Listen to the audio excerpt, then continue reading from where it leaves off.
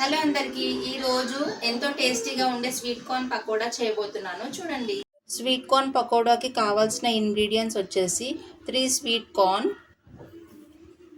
శనగపిండి 1 బౌల్, బియ్యం పిండి 2 tablespoon, onion 1 big size chopped, కరివేపాకు 2 రెబ్బలు, కొత్తిమీర కావాల్సినంత.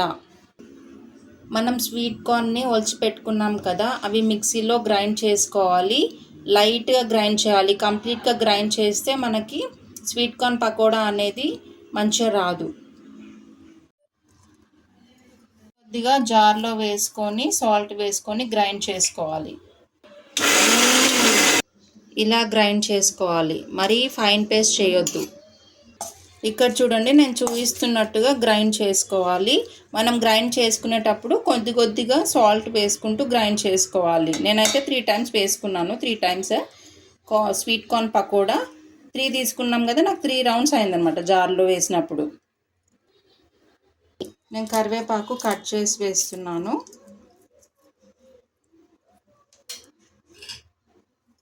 కొత్తిమీర కూడా కట్ చేసి వేయాలి.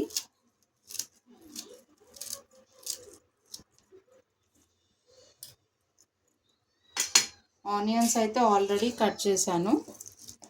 ఇలా అనుకుంటూ వేయాలి. 2 టేబుల్ స్పూన్ కారం, 1/2 టేబుల్ స్పూన్ ధనియా పౌడర్. ఇది మంచిగా మిక్స్ చేయాలి. మనం యాడ్ చేసిన ఇంగ్రీడియంట్స్ అన్నీ వేసి కలిపాక శనగపిండి, బియ్యం పిండి యాడ్ చేయాలి. చూడండి, శనగపిండి ఇలా వేసుకుంటూ ఇలా మిక్స్ చేయాలి. ఆ తర్వాత బియ్యం పిండి కూడా యాడ్ చేయండి. చూడండి, నేను ఇక్కడ చూపిస్తున్నట్టుగా మిక్స్ చేసుకొని పెట్టుకోవాలి. ఆ తర్వాత స్టవ్ ఆన్ చేసుకోవాలి.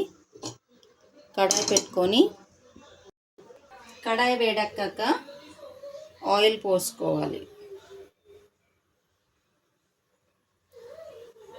ఆయిల్ పకోడీ మునిగేంత వరకు పోయాలి. ఇప్పుడు నూనె వేడయింది. ఇలా కొద్దిగా వేసుకోవాలి.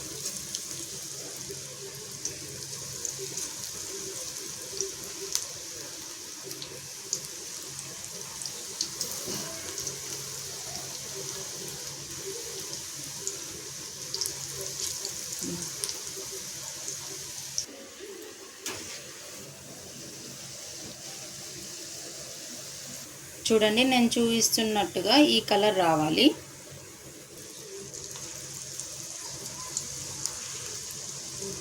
ఇలా చేతితో వేసుకోవచ్చు, లేకపోతే మన చేతి మీద నొక్కి మధ్యలో హోల్ పెట్టి కూడా వేసుకోవచ్చు. చూడండి, వేడి వేడి tasty sweet corn pakoda ready.